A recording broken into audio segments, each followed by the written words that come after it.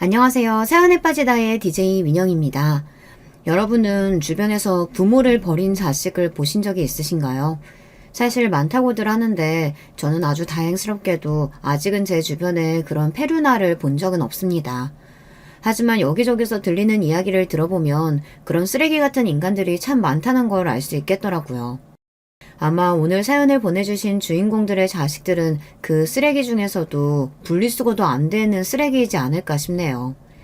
저는 읽는 내내 세상에는 저런 페루나들도 있구나, 저런 사람들이 멀쩡한 척 길거리를 걸어다니겠구나, 이런 생각이 들어서 소름이 다 돋을 지경이었거든요.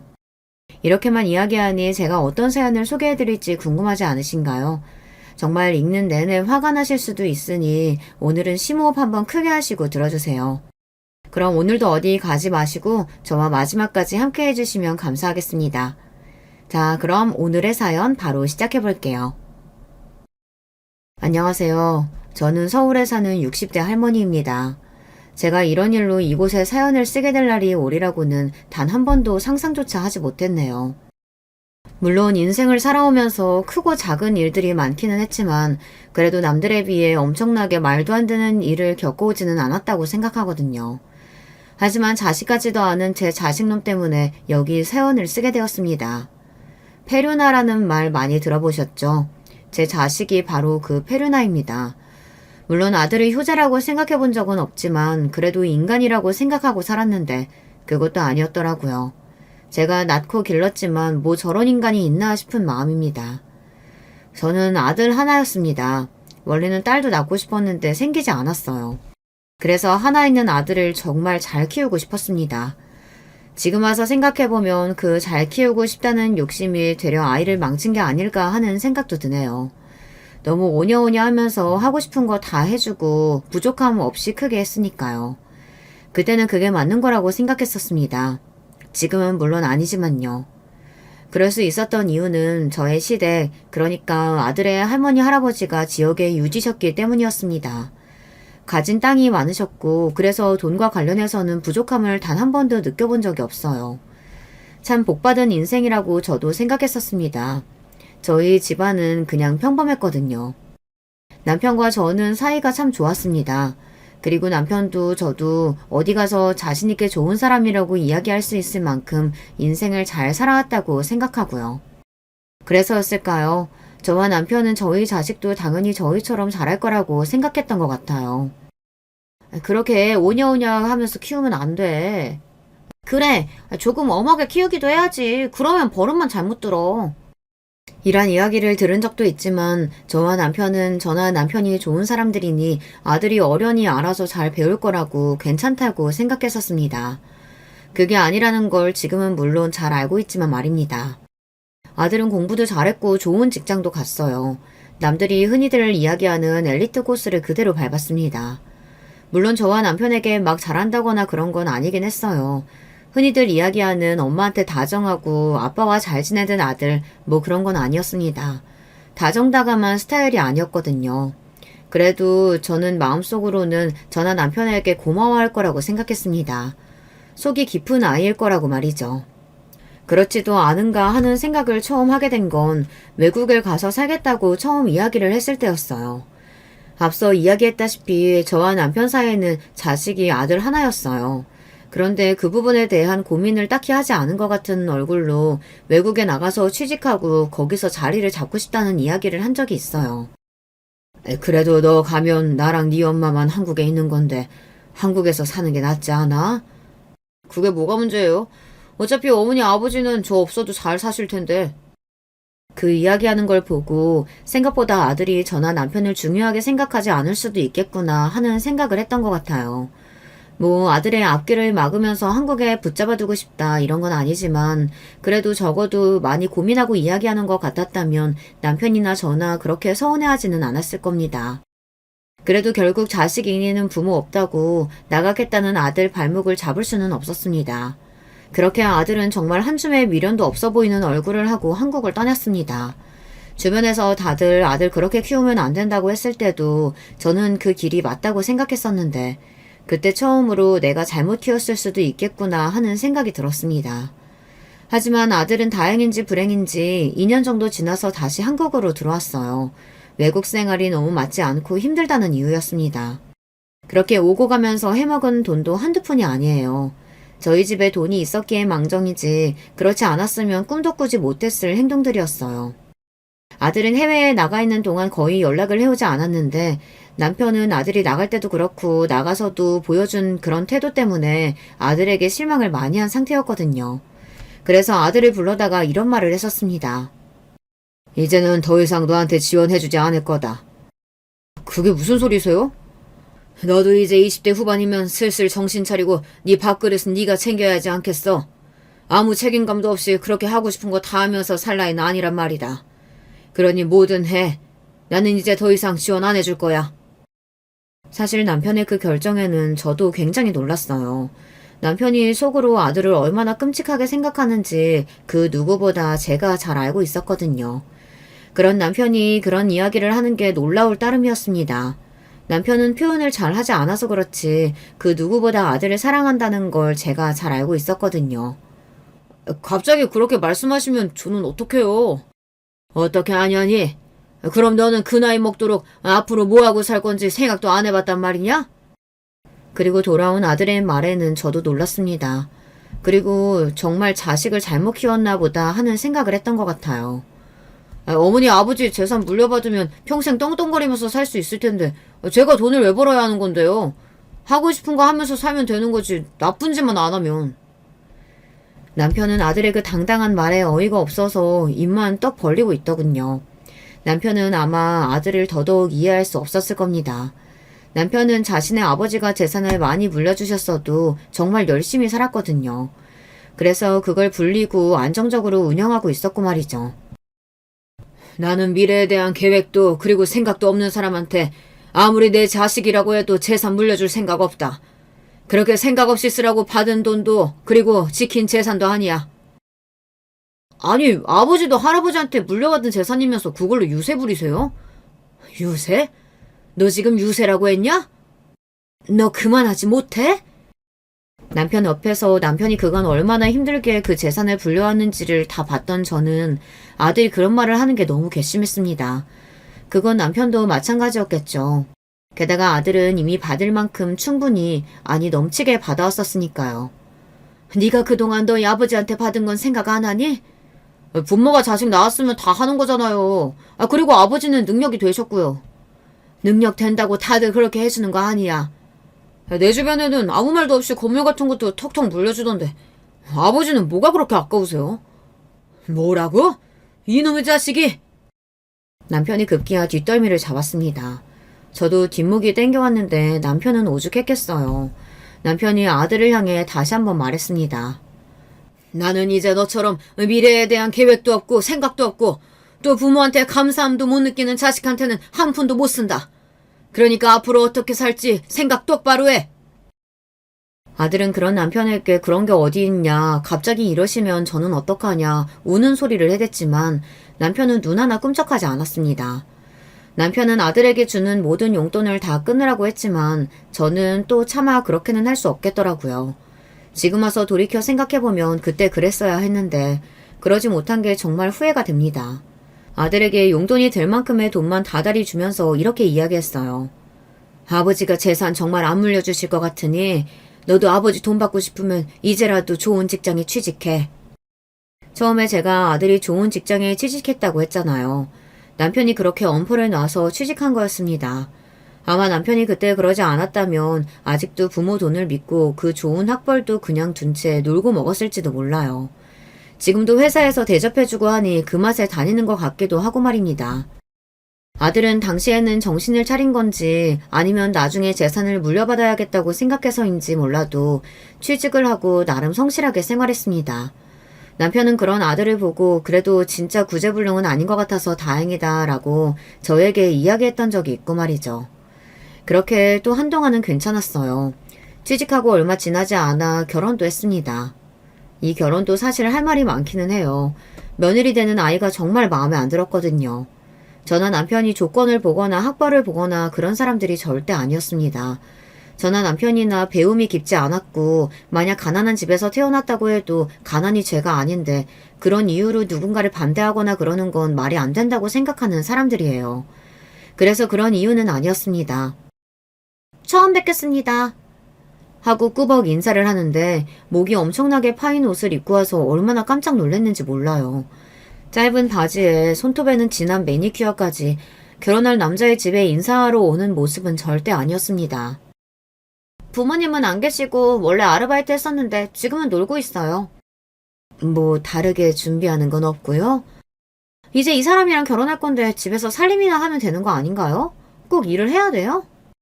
아니, 뭐 꼭 그럴 필요는 없지만 그래도 하고 싶은 게 있다든지. 없어요. 원래 저는 일도 못하고 워낙 다 못하는 사람이라. 어디서 저런 여자를 만난 건지 짐작도 되지 않더군요. 아들이 그래도 어울리는 사람들은 다들 집이 좀 산다고 하는 친구들이었거든요. 본인이 그랬으니까요. 그런데 친구로도 한 번도 보지 못했던 유형의 여자를 데리고 와서는 결혼한다고 하니 그게 제일 궁금했습니다. 그래서 며느리가 돌아가고 나서 물어봤어요. 대체 어디서 만난 거니? 친구들이랑 놀러 갔다가 만났어요. 술 같이 마셨는데 대화가 너무 잘 통하더라고요. 대화가 잘 통해? 저는 잠깐 봤지만 속이 답답해져 오는 느낌이었는데 대화가 잘 통하다뇨. 아들의 수준도 그 수준이라는 말 같아서 심란해져 왔던 것 같습니다. 저는 아들에게 아주 조심스럽게 이야기했어요. 결혼을 서두를 필요가 없지 않아? 연애 일단 좀 해보고. 왜요? 마음에 안 드세요? 어른들 마음에 들기 힘든 사람 아니니. 옷차림이 저렇고 말을 세게 해서 그렇지 나쁜 사람은 아니에요. 그래도 기본적인 것들도 안 지키는 사람을. 그 기본적인 것도 다 꼰대 같은 어른들이 정해준 거라고 생각해요. 저는 그 여자의 저 자유분방함이 좋은 거고요. 저는 저 여자 아니면 안 돼요. 아들은 완강했습니다. 그 여자 아니면 절대 결혼이고 뭐고 안 할 거라고 하더군요. 사실 저는 그런 여자랑 결혼을 할 거면 안 하는 게 낫다고 생각하고 끝까지 반대할 생각이었는데 이번에는 남편이 먼저 저에게 이렇게 이야기했습니다. 그래도 저렇게 좋다는데 한번 같이 살게 해주는 것도 나쁘지 않을 것 같아. 그런 아이랑요? 우리 아이도 뭐 대단히 어딜 내놓을 만한 애도 아니고. 물론 남편 말이 맞기는 했습니다. 아들도 싹바가지라고는 없는 아이였지만 그래도 그런 아이일수록 제대로 된 여자를 만나야 한다고 생각했어요. 하지만 남편의 생각은 달랐습니다. 나도 철없던 시절이 있었는데 당신 만나고 아들 생기고 하면서 정신 차린 거거든. 쟤도 지 가정 이루고 살면 그래도 지금보다야 낫지 않을까? 물론 저는 그 정신 차리는 것도 제대로 된 여자를 만나야 가능한 거라고 생각해서 끝까지 반대할 생각이었지만 결국은 결혼을 시킬 수밖에 없었어요. 왜냐하면 저 임신했어요. 며느리가 임신을 했거든요. 임신한 아이를 어떻게 반대하고 내쫓을 수 있겠어요. 그건 저나 남편이 할 수 있는 짓이 못됐습니다. 그래서 저희는 하는 수 없이 결혼시킬 수밖에 없었어요. 그래도 아이를 낳으면 조금이라도 둘 다 어른이 되지 않을까 하는 희망을 품는 거 말고는 할 수 있는 게 없었습니다. 물론 아이를 가진 기간에도 속 뒤집어지는 행동을 계속했습니다. 술을 먹는다고 하질 않나 담배를 아무렇지 않게 피우는 것 같더라고요. 제가 기겁해서 이야기를 했던 적이 있었어요. 아무리 그래도 술, 담배는 안 하는 게 좋지 않겠어? 스트레스 너무 받으니까 한 잔 한 대 정도는 괜찮다고 했어요. 누가? 어느 의사가 그러디? 아니 어머님, 의사가 괜찮다는데 어머님 뭘 그렇게 유난이세요? 그리고 제 자식이에요. 제가 알아서 할까요? 거짓말인 게 분명했습니다. 세상 어느 의사가 그런 말을 하고 있냐고요. 제가 거품을 물고 그래도 술, 담배는 안 된다고 난리를 치니 아들이 자기가 말려보겠다고 하더군요. 그래도 자기 새끼라고 챙기나 보다 아빠가 되니 정신을 좀 차리다 보다 했습니다. 그리고 손녀가 태어났어요. 앞서 이야기했다시피 저는 딸아이가 무척 가지고 싶었는데 생기지 않은 거였거든요. 그래서 손녀가 너무 반가웠어요. 그리고 그건 남편도 마찬가지인 듯 했고요. 눈에 넣어도 안 아플 것 같다는 게 그런 말이던가요. 저와 남편은 손녀 보느라 시간 가는 줄 몰랐습니다. 저희가 손녀를 볼 수밖에 없었던 건 며느리가 하고 싶은 일이 생겼다는 핑계로 아이를 보지 않았기 때문이에요. 뭐 어디서 일을 시작했다고 하는데 어딘지도 알려주지 않고 언제 출근하고 퇴근하는지도 말해주지 않더군요. 그냥 무턱대고 아이를 두고 가서 자기가 원하는 시간대에 찾아가곤 했습니다. 어느 때는 하루 만에 아이를 데려가기도 했고 어느 때는 일주일이 지나도 데리러 오지 않기도 했어요. 저는 엄마라면 모성애는 반드시 다 존재한다고 생각했던 사람이거든요. 그런데 저희 며느리를 보면서 꼭 그런 것만은 아니구나 생각했던 것 같아요. 그렇게 생각하니 손녀가 불쌍했고 더더욱 마음이 쓰였습니다. 그래서 더 예뻐했고요. 다행히 손녀는 저나 남편을 무척이나 잘 따랐고 남편도 저도 손녀를 굉장히 많이 아꼈습니다. 그래서 함께 있는 시간이 참 좋았어요. 손녀는 저희가 다 키웠다고 봐도 무방해요. 지금도 지 엄마를 보면 울고 할머니한테 가고 싶다고 난리를 치니까요. 어머니, 저 1억만 빌려주세요. 어느 날 며느리가 저에게 와서 그러더군요. 그때가 소녀가 5살쯤 되었던 때의 일일 겁니다. 1억이 작은 돈도 아니고 그걸 어디다 쓸 건지 확인은 해야 하는 거잖아요. 그래서 물었어요. 그 큰 돈을 뭐하게? 그게 큰 돈이에요? 큰 돈이지. 그러니 너도 나한테 빌려달라는 거 아니냐? 아니, 일반적으로는 그렇지만 아버님 돈 많으시잖아요. 네 시아버지가 돈 달라고 하면 주는 네가 돈 맡겨둔 은행도 아니고 아무리 많다고 해도 그 정도 되는 돈을 묻지도 않고 그냥 주는 게 더 말이 안 되지 않아? 그런 제 말에 며느리는 잠시 궁시렁거리더니 이렇게 말하더군요. 제가 아는 사람한테 투자 정보를 들었는데 거기에 지금 투자 안 하면 안 될 것 같아서요. 제가 돈 벌면 꼭 이자까지 쳐서 갚을게요. 저는 이해가 되질 않았습니다. 니들이 돈이 없는 것도 아니고 돈이 급한 것도 아니고 충분히 먹고 살 만큼 있고 여유까지 있는데 돈을 빌려서까지 투자를 왜 해야 하는 거니? 그런 마음가짐으로 돈을 어떻게 벌어요? 벌 수 있을 때 보이는 돈 놓치는 것 같은 바보 같은 짓이 어딨다고요. 빌려주세요. 당연히 저는 안 된다고 했습니다. 하지만 며느리는 사흘이 멀다 하고 찾아와서 정말 무슨 맡겨놓은 사람처럼 돈 달라고 징징거렸어요. 결국 저는 두 손 두 발 다 들었습니다. 하지만 그냥 빌려주지는 않았어요. 차용증 쓰거라. 네? 이런 큰 돈 그냥은 못 빌려주겠고 네가 갚는다고 하니 빌려주는 건데 빌려주는 사람 입장에서는 그래도 믿을 구석이 하나쯤은 있어야 하지 않겠니? 차용증 쓰면 빌려주마. 아니 무슨 시어머니 며느리 사이에 차용증을 써요. 돈 문제는 철저히 해야 하는 거야. 사실 그냥 빌려달라고 하면 그럴 수도 있었습니다. 제가 이해되는 이유라면 그보다 큰 금액도 아무 조건 없이 빌려줬을 거예요. 하지만 며느리는 납득되는 이유도 되지 못했고 그리고 들어보셨으면 아시겠지만 믿음직한 인물도 아니잖아요. 그래서 책임감을 느끼고 부담을 느끼라는 그 목적으로 차용증을 쓰게 한 겁니다. 받을 수 있고 아니고보다 저는 그게 더 중요했거든요. 한참을 궁시렁궁시렁하며 차용증을 쓴 며느리에게 지장까지 찍게 한 뒤 1억을 빌려줬어요. 남편에게는 이야기하지 않았습니다. 괜히 신경 쓰게 하고 싶지도 않았고 그리고 그 정도 돈은 저도 남편 몰래 해줄 수 있는 정도는 되었거든요. 내내 그 돈을 어디에 썼는지 궁금하기는 했어요. 그리고 얼마 지나지 않아 바로 알 수 있었습니다. 뭐 좋은 곳에 썼을 거라고 생각하지는 않았지만 기껏해야 사치일 거라고 생각했던 제 자신이 바보스러울 만큼 며느리는 인간이 덜 된 아이였어요. 김희영 씨 시어머니 되십니까? 그런데요? 아 그래요? 댁내 며느리가 지금 나한테 돈 1억 5천 빌려가서 안 갚는데 이 번호 알려주대요. 자기 시어머니라고. 알고 봤더니 며느리는 도박을 하고 있었던 거였어요. 그 1억도 도박하기 위해 빌려간 거였고 그걸 다 잃은 걸로도 모자라서 1억 5천의 빚을 졌다고 말이죠. 청천벽력 같은 소리였어요. 저는 도박이 얼마나 무서운 건지 그 누구보다 잘 알고 있었거든요.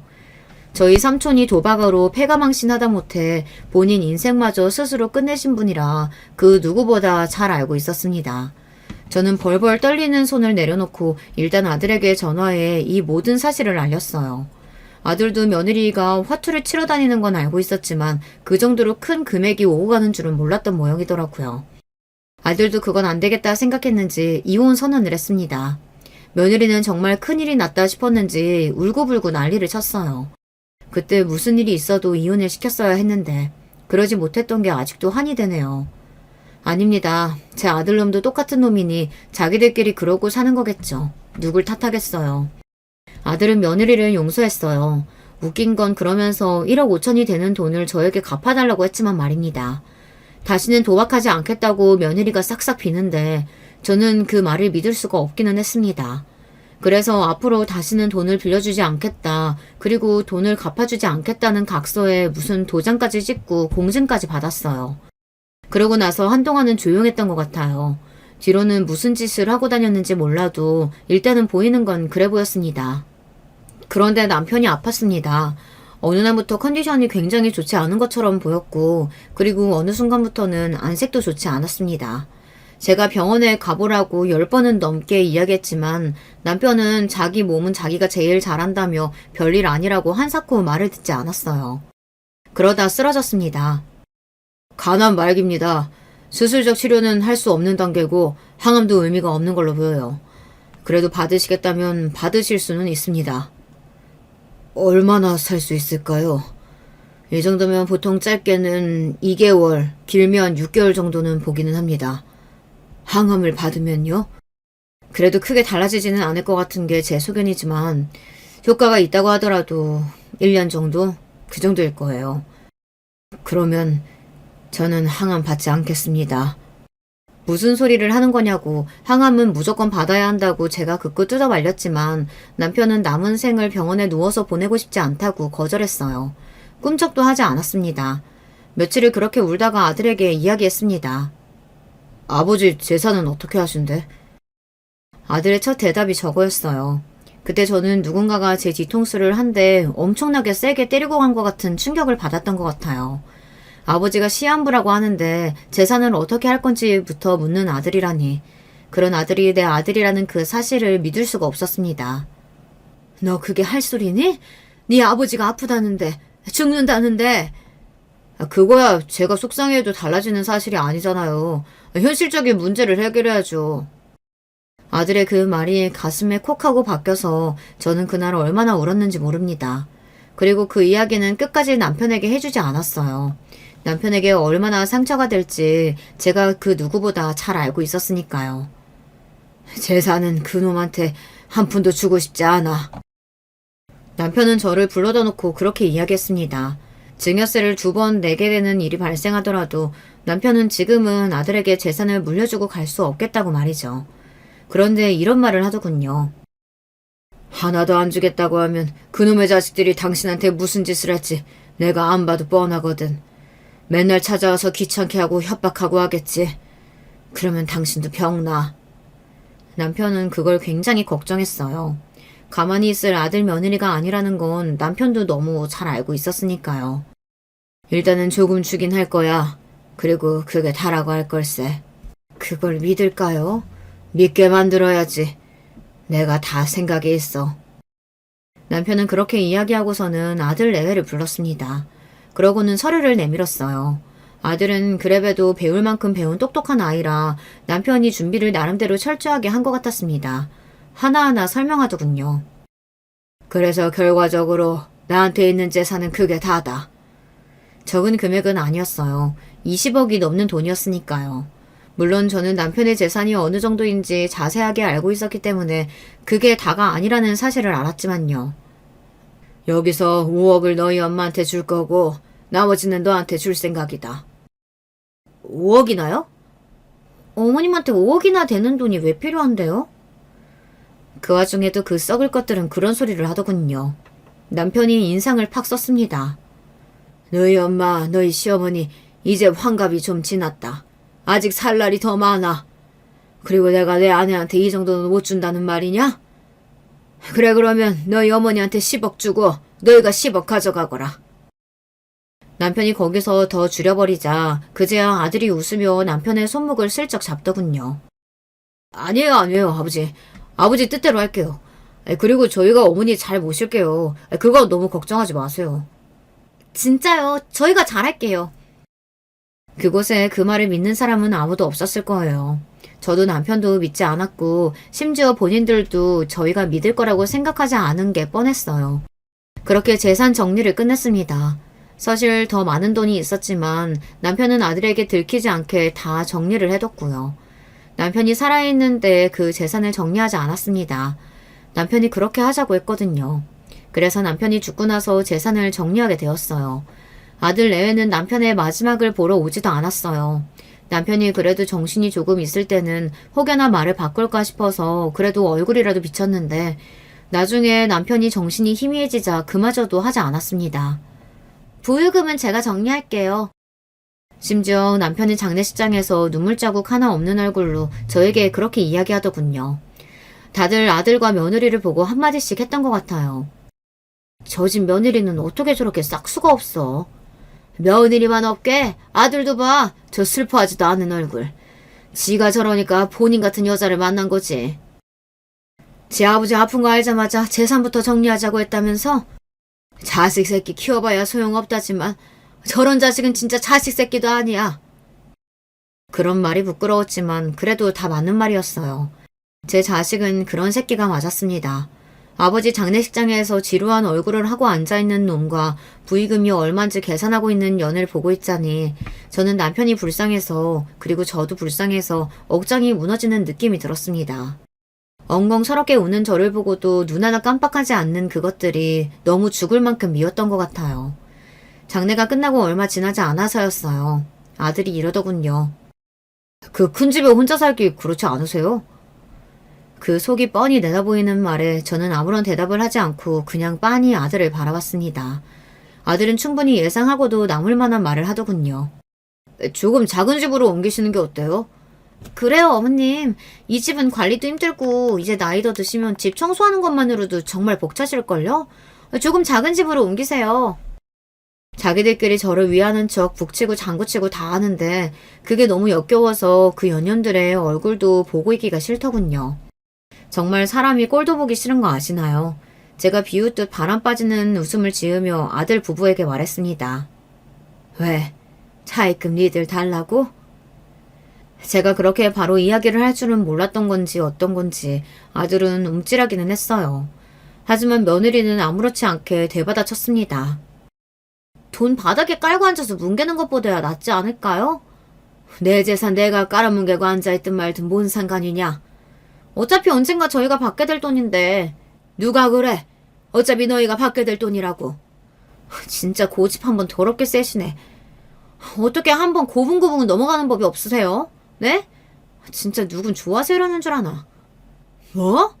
저도 하기 싫은 소리 하고 싶지 않아요.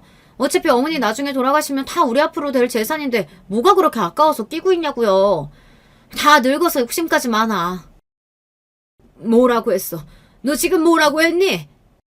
다 늙어빠진 노인네가 욕심은 더럽게 많다고 했어요. 왜요? 이 집 이거 얼마나 한다고 동네도 후져서 끼케야 4억이더만. 끼고 사세요 그럼. 우리랑은 이제 인연 끊고. 며느리의 말을 가만히 듣고서는 심호흡을 했습니다. 그리고 아들을 향해 물었어요. 너도 같은 생각이냐? 어차피 어머니 20년은 더 사실 텐데 그동안 아버지가 주신 돈 뭐 혼자 다 쓰실 수 있는 돈이잖아요. 그러면 저희야 받아먹을 것도 없고 이제는 너는 그게 너를 낳아주고 길러준 부모한테 할 소리니? 아 뭐 모르겠고 이제는 각자 살죠. 언제는 각자 안 살았니? 완전히 인연 끊자고 선언하자고요. 그래야 저도 짐 더는 기분일 테니까. 뭐 짐? 짐이라니 정말 어이가 없다 못해 울음이 다 나올 것 같았어요. 제가 자기들을 짐이라고 이야기하는 거면 몰라도 평생 빨대 꽂아서 쪽쪽 빨아먹기만 한 것들이 저에게 짐이라뇨. 어머니는 이제 저희한텐 짐이니까 인연 끊어요. 그런 아들을 가만히 바라보다 말했습니다. 돈 있을 땐 물 주고 돈 없으면 짐이냐? 너한테 부모는? 아들은 그런 제 대답에는 아무런 말을 하지 않고서 그곳을 떠났습니다. 거기가 어디였는 줄 아세요? 아마 그곳이 어디였는지 이야기 들으시면 여러분이 뒷목을 잡으실 거예요. 그곳은 바로 남편의 산소 앞이었어요. 그날은 남편의 49제가 있는 날이었거든요. 아들과 며느리가 떠난 남편의 그 산소 앞에 털썩 주저앉았습니다. 남편이 너무 보고 싶었어요. 눈물이 주르륵 저도 모르게 흘렀습니다. 우리가 아들을 잘못 키워도 너무 잘못 키운 것 같아요. 어쩌다 저런 인간으로 자랐는지 모르겠어요. 당신 말처럼 저런 아들 있으니만 못한 것 같아. 그렇게 말하고서는 오열했습니다. 남편이 죽고 나서 바로였던 장례식장에서보다 그날 더 많이 운 것 같아요. 한참을 그렇게 울고 났더니 이런 생각이 들더군요. 어차피 그 연놈들은 머지않아 망할 거라는 생각 말입니다. 인생을 그따위로 사는 아이들에게 그 정도 돈을 날리는 건 오래 걸리지 않을 거라고 생각 말이죠.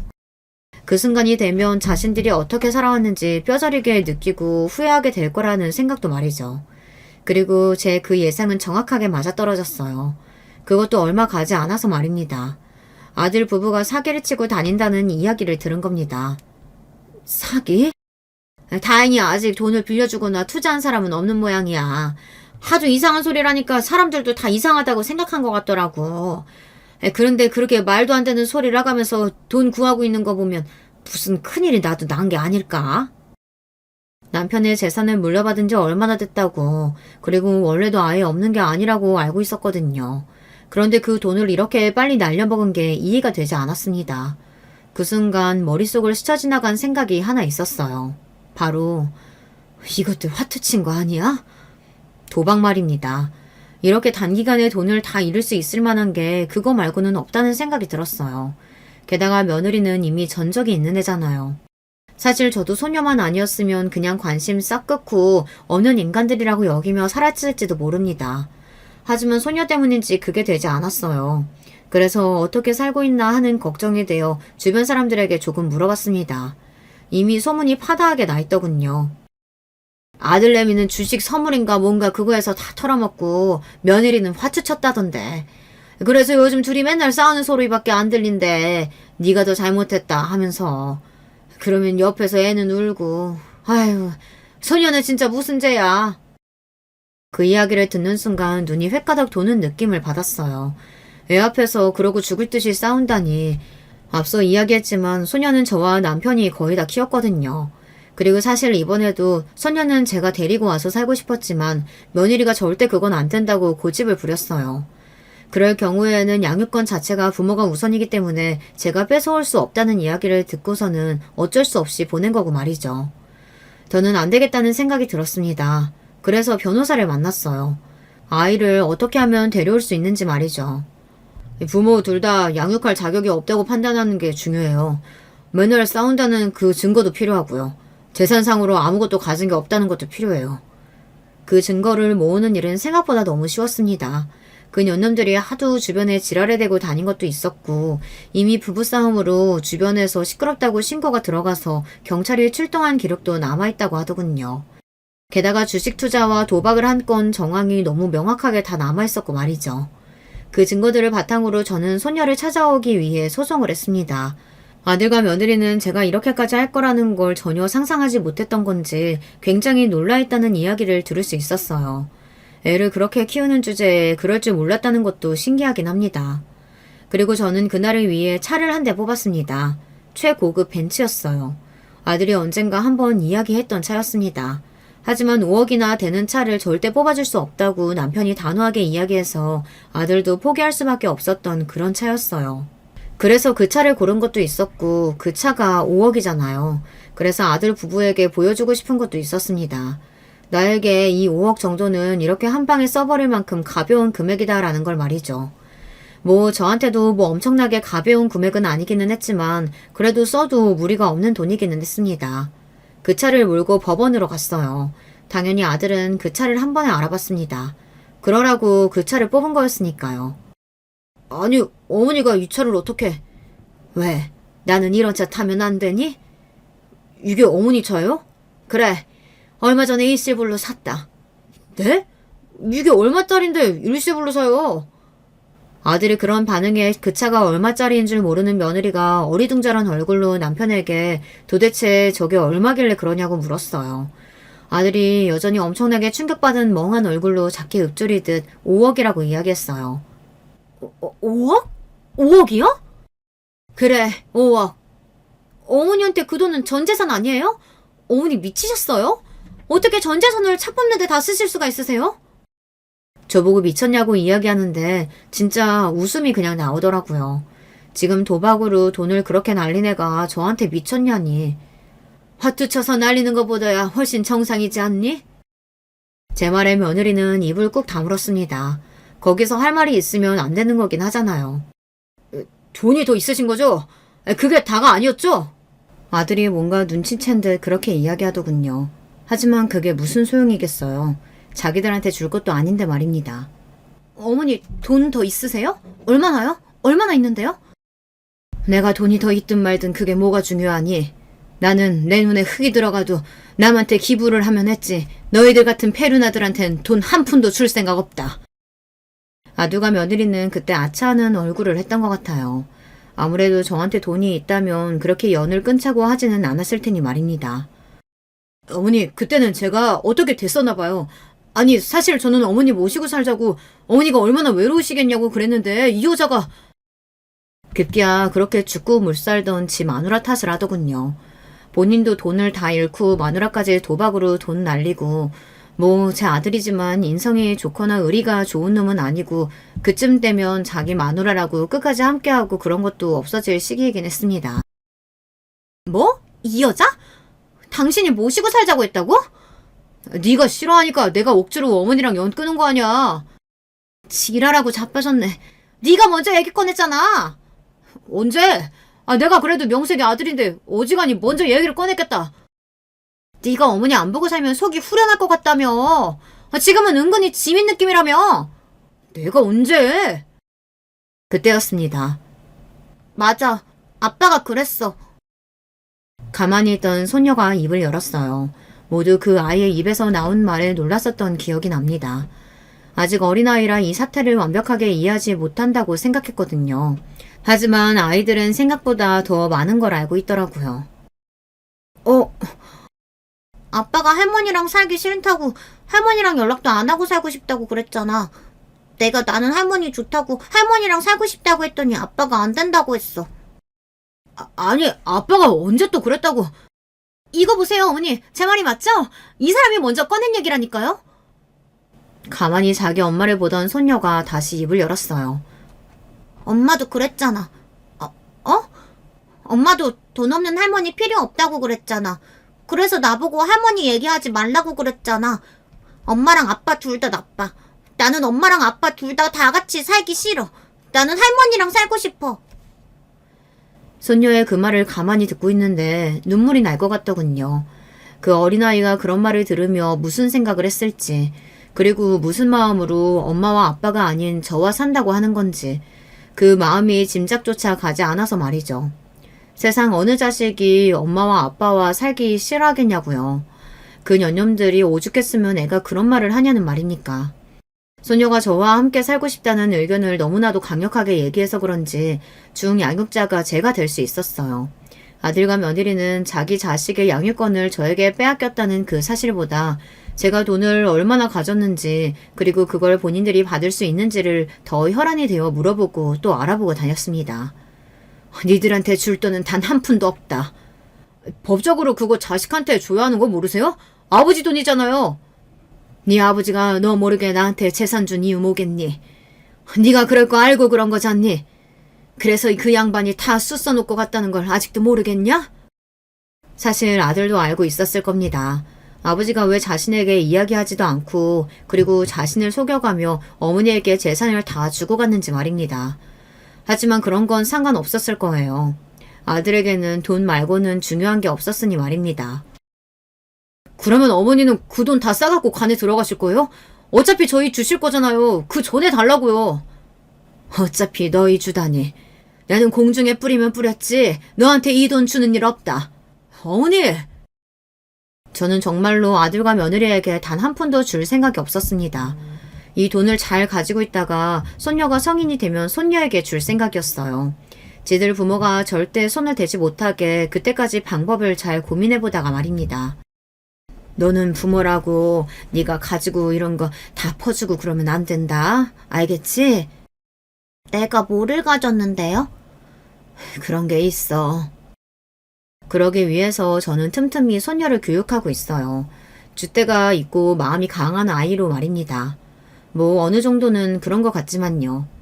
아들이나 며느리는 그것도 어느 정도는 생각하고 있긴 할 겁니다. 바보들이 아니니까요. 제가 손녀를 아끼는 것을 그 누구보다 잘 알고 있기도 하고 말이죠. 아마 그래서 엄청나게 과격한 행동은 하지 않은 걸 수도 있어요. 언젠가 제가 손녀에게 물려주면 그게 자신들의 것일 될 거라고 생각하고 있을 겁니다. 제가 손녀에게 지금부터 나중을 대비한 교육을 해야 한다고 생각한 것도 다 그런 이유고 말이죠. 생각해보면 정말 슬픈 일 같아요.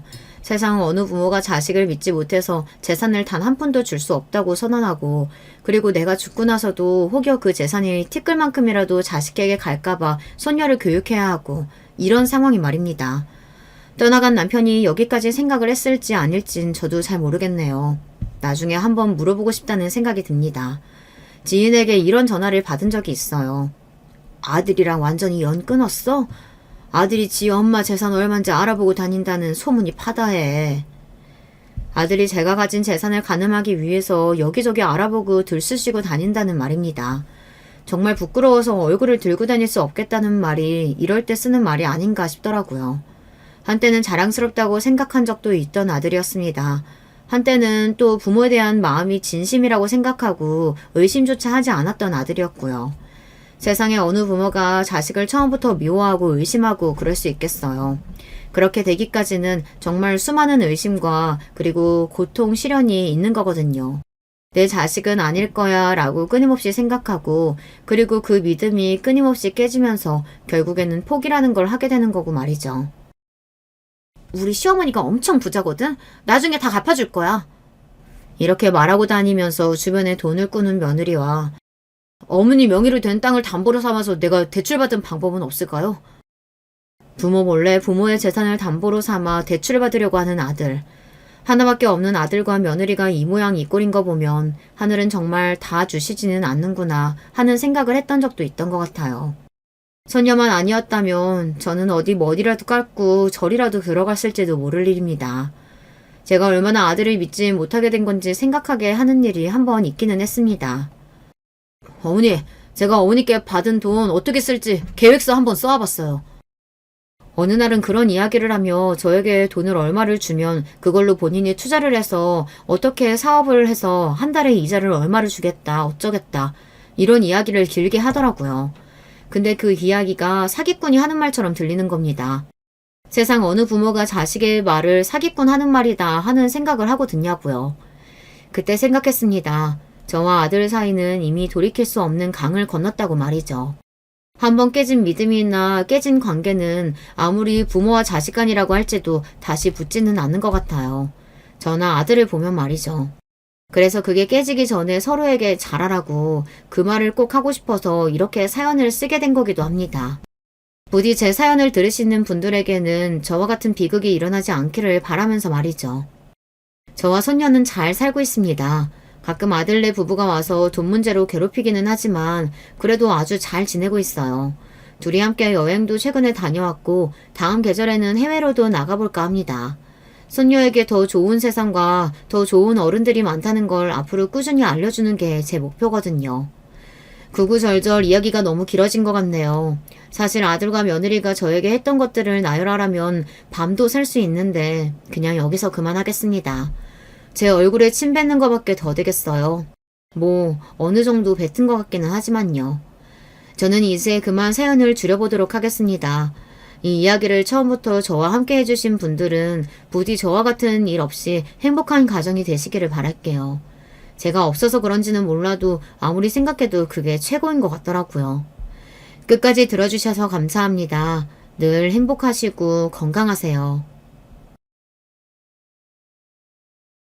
여러분 안녕하세요. 저는 사연 듣는 것에 요새 아주 푹 빠진 중년 나이의 남자입니다. 다름이 아니라 저에게 있었던 일을 나눠보고 싶어서 사연 소개를 신청하게 되었어요. 제 딴에는 이게 정말 생각할수록 너무 웃기고 어이가 없는 일인데 들으시는 분들은 어떻게 받아들여 주실지 궁금하네요. 제가 나누고 싶은 이야기는 바로 제 처가의 일이에요. 더 정확히는 장모님과의 일이 되겠네요.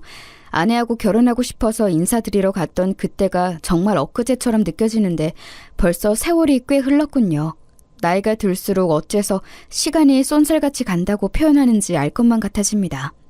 저를 은근하게 탐탁지 않아 하셨던 당시 장모님의 반응이 저희 뇌리 속에는 아직도 선운하게 박혀있죠. 내 욕심 같아서는 우리 지민이는 좀 더 멋들어진 서울 남자에게 시집 보내고 싶었는데 그래야 폼이 꽤 나는 사위를 얻는 것이지 않겠어? 저도 서울에 살고 싶습니다. 그리고 저도 회사에서는 나름 신사로 통하고 있습니다. 여직원들에게 깍듯이 매너를 다한다고 하여서 신사로 소문이 났어요. 뭐예요? 누가 언제 서울에 사는지 안 사는지를 물어봤어요? 서울 토박이도 아니고 시골 출신이면서 스스로를 서울에 살고 있다면서 그렇게 묘사를 하다니. 이건 순사기지. 그리고 회사에서 신사로 소문이 났다는 거 착각이거나 거짓말 아니에요? 그걸 어떻게 증명한담? 대학 때부터 서울에 살았으니 저도 이제는 서울에 익숙해져서 제가 서울 사람인 줄 알았네요. 제가 일하는 회사에 연락을 해서 문의를 해보시면 제 말에 한치의 거짓이 없다는 걸 알 수 있으실 거예요. 제가 신사로 소문난 건 진짜라서 꽤 많이들 알고 있거든요. 아우, 됐네요, 됐어. 이거 여간 말이 잘 통하는 사람이 아니구만. 떠들어봤자 내 입만 아프겠어. 우리 지민이는 어쩌다가 이런 놈팡이에게 홀랑 넘어갔다. 아휴, 둘도 없네 착하디 착한 효녀가 우리 딸 지민이인데 이 시골 논파이가 제대로 꼬여내서 망쳐놨구만. 실례지만 혼잣말로 하시는 것 같은 그게 저에게 다 들립니다. 혹시 저 들으라고 하신 말씀이시라면 제가 어떤 답변을 드려야 할까요? 조언 좀 주십시오. 아니, 됐다니까 자꾸 그러네. 더 이상 할 말 없어요. 조언은 뭔 놈의 조언이야? 그러면 바로 이렇게 허락해 주시는 겁니까? 감사합니다. 앞으로 장모님께 제가 충성을 다하겠습니다. 누가 벌써 장모라는 거예요? 내가 진짜 어이가 없네. 말씀을 그렇게 하셨지만 하여튼 간에 그게 허락이었어요. 왜냐하면 그날 이후로 어쨌든 장모님께서 저를 사위로 여겨주셨으니 말입니다. 그런 특이한 허락을 받은 사람은 저 말고는 없을 것 같아요. 당시에 장인어른은 따로 배웠었어요. 먼저 장모님을 뵌 후에 말이죠. 굳이 왜 따로 인사를 드렸냐고요? 그럴 수밖에 없었습니다. 왜냐하면 두 분은 별거 중이셨거든요. 그래, 자네가 우리 지민이하고 결혼을 하겠다고? 사내답지 못하게 시리 조금 가벼운 측면이 있는 것 같지만 우리 지민이가 이런 남자가 좋다는데 내가 반대를 할 수 없지. 우리 지민이 잘 부탁할 테니 행복하게 잘 살아봐. 웬만하면 우리 마누라는 상대를 들지 말고 그게 내가 남자 대 남자로서 자네에게 해줄 수 있는 최고의 충고이자 조언이야. 예? 장모님 말씀이세요? 왜요? 너무 쿨하고 좋으신 분이시던데요? 혼잣말도 크게 하시는 걸 보면 겉과 속이 일정하신 분 같았습니다. 제가 감히 평가라는 걸 할 수는 없겠지만 저는 장모님을 너무 좋게 보았습니다. 장인어른. 벌써부터 나를 장인어른이라고 부르나? 아이고, 사람 참 적응이 아주 빠르구만. 우리 마누라 어떤 남자 앞에서도 기가 안 꺾이고 오히려 휘어잡는 무서운 여편녀인데 자네를 보니까 어쩌면 내가 그다지 걱정을 안 해줘도 될 법하구만. 그래, 앞으로 잘 살아봐. 내가 속으로 응원해 줄 테니. 감사합니다. 저는 제가 우리나라 최고의 처가를 만난 행운의 남자라고 생각합니다. 열심히 잘 살겠습니다. 제가 연신 꾸벅 인사를 올렸고 장인어른께서는 굉장히 머쓱해 하셨던 것 같아요. 저는 장인어른처럼 외관에서 절도가 풍기는 분이 아주 좋았는데 애석하게도 제가 아내와 결혼하고 나서 채 몇 개월이 지나지 않아 장인어른께서는 멀리 시골 마을로 내려가셨어요. 거기가 고향이라고 하시더라고요. 장모님께서는 그걸 두시고 혀를 끌끌 차셨죠. 나는 시골이라면 질색이야. 못해도 수도권에는 살아야지. 서울 생활 저버리고 아직 한창 나이에 시골에 짱 박혀서 대체 뭘 하며 산담? 하여간 꽉 막힌 양반 같으니라고. 저는 그때 괜히 뜨끔했던 것 같아요. 저는 장인어른께서 내려가신 시골보다도 훨씬 더 깡촌 시골 출신이었습니다. 경기도가 단순히 서울 옆이라는 이유로 수도권이라는 게 저는 가끔 이상하다고 생각을 합니다. 지금도 그 수도권에는 대단한 오지마을 시골들이 많으니까요. 저는 경기 북부의 어느 지역에서 태어나고 자랐는데요. 그나마 저는 차를 타고 5분만 가면 빌라들이 몇 개 보이고 큰 시장이 있고 뭐 그런 동네에서 살았습니다만 집안 어른들께서는 정말 시골 논밭만 보이는 집에서들 사셨어요. 저 어렸을 때 친할머니께서 말씀해 주신 건데요. 하도 시골이라서 오죽하면 전쟁 때도 피해가 없었다고 해요. 전쟁 났다고 해서 아주 난리도 아니었지. 몸만 간신히 빠져나가기 급급했는데 짐을 어찌 챙기고 귀중품이란 걸 어찌 구분했겠어. 모두가 몸만 힘들게 빠져나가서 멀리 피난을 갔었던 거야. 전쟁이 끝나고 나서야 다시 집으로 돌아올 수가 있었어. 할머니, 그러면 그때는 이미 집들이 불에 타거나 망가져서 형체가 없었나요? 전쟁통에 그렇게 된 집들이 많았다고 수업 시간에 선생님께 들었어요. 아니, 피난 갔다가 지친 몸 이끌고 돌아왔더니 집이 그대로 있더만. 혹시나 싶어서 여기저기 살펴봤는데 신통방통하게도 누구 하나 왔다 간 흔적이 없었단다. 집에 돌아오고 며칠이 지나고 나서야 동네 사람들하고 다시 모였는데 그때 들을 수 있었지. 여기가 하도 시골이라서 적군도 차마 여기까지 찾아 들어올 생각은 못했었다네. 그 바람에 집하고 재산을 다 지켰지. 얼쑤? 친할머니께서는 어깨를 덩실덩실 하셨지만 저는 차마 따라 웃을 수가 없었습니다. 어린 나이에도 알고 있었어요. 경기 북부가 얼마나 북한하고 가까운지를 말이에요. 과장 없이 그냥 조금만 위로 가며 북한 땅입니다. 전쟁이 터졌을 때 미친 듯이 긴박할 수밖에 없었던 지리적 위치였어요. 그럼에도 엄청나게 시골이라서 아무도 안 쳐들어왔던 거예요. 기가 막혔습니다. 그제야 뭔가 체감이 되었지요. 아, 내가 살고 있는 동네가 전국에서 보자면 손꼽히는 시골인 거구나. 나는 서울 말고는 다 우리처럼 사는 줄 알았는데 그게 아니겠구나. 큰일 났다. 공부 열심히 해서 서울이든 어디든 멋진 도시로 나가 살아야겠다. 꼭 그렇게 살지 않으면 나는 여기 시골에서 재미없게 나이만 들어버릴 게 뻔해. 희한하게도 저는 그날 이후로 갑자기 학교열에 불타는 학생이 되었습니다. 어른들은 아무도 그 원인을 모르셨지만 제 목표는 시골 탈출에 있었죠. 태어나고 자란 동네가 그랬던 만큼 저는 꽤 순박했고 순진했으며 어리버리한 편이었네요. 농사 지식 같은 건 몰랐어요. 제가 공부에 열중하기 시작하자 부모님을 비롯해서 모든 어른들께서 저는 그냥 농사 배울 생각하지 말고 무조건 공부나 하라고 했거든요. 풀 뜯을 시간 있으면 책상 앞에 1분이라도 더 앉아있으라고 하셨어요. 그러다 보니 저는 꼭 저 같은 놈들만 찾아서 친구를 사귀었고 점점 농사와는 거리가 멀어졌습니다. 저희 부모님은 시골에서 농사 지으시고 주말에는 작게 가판대 장사도 하시고 그렇게 살아오셨는데요. 전형적인 순박한 시골 분들이셨어요. 머리 복잡한 거 딱 질색하셨죠. 단순하고 명쾌한 걸 좋아하시는 분들이었답니다. 제가 위로 형이 하나 있는데 일찍 장가를 들었어요. 그리고 시골 생활에 일가견이 있는 형수님을 저희 부모님께서 선사해 주셨습니다. 며느리 잘 들였다고 저희 부모님께서는 무척 좋아하셨어요. 그래서였던 것 같아요. 저의 결혼에 아주 흔쾌히 찬성해 주신 것이죠. 엄마는 일 잘하고 손봐도 잘 맞는 며느리 하나 있는 것만으로도 너무 만족스러워. 우리 작은 아들이 서울 가서 멋진 아가씨하고 연애하더니 결혼까지 해서 거기서 쭉 산다는 거 엄마는 좋아. 찬성이야. 그래, 이 녀석아. 모른 남자는 큰 뜻을 품어야 하고 큰 뜻은 큰 물에서 펼쳐지는 법이다. 서울에서 가정을 꾸리고 살면 분명 더 큰 미래가 너에게 펼쳐지겠지. 우리는 알아서 잘 살 테니 너는 대릴 사이 마냥 네 처가에 앞으로 잘하면서 살아라. 너는 이제 대대손손 서울 사람으로 살면 되는 거야.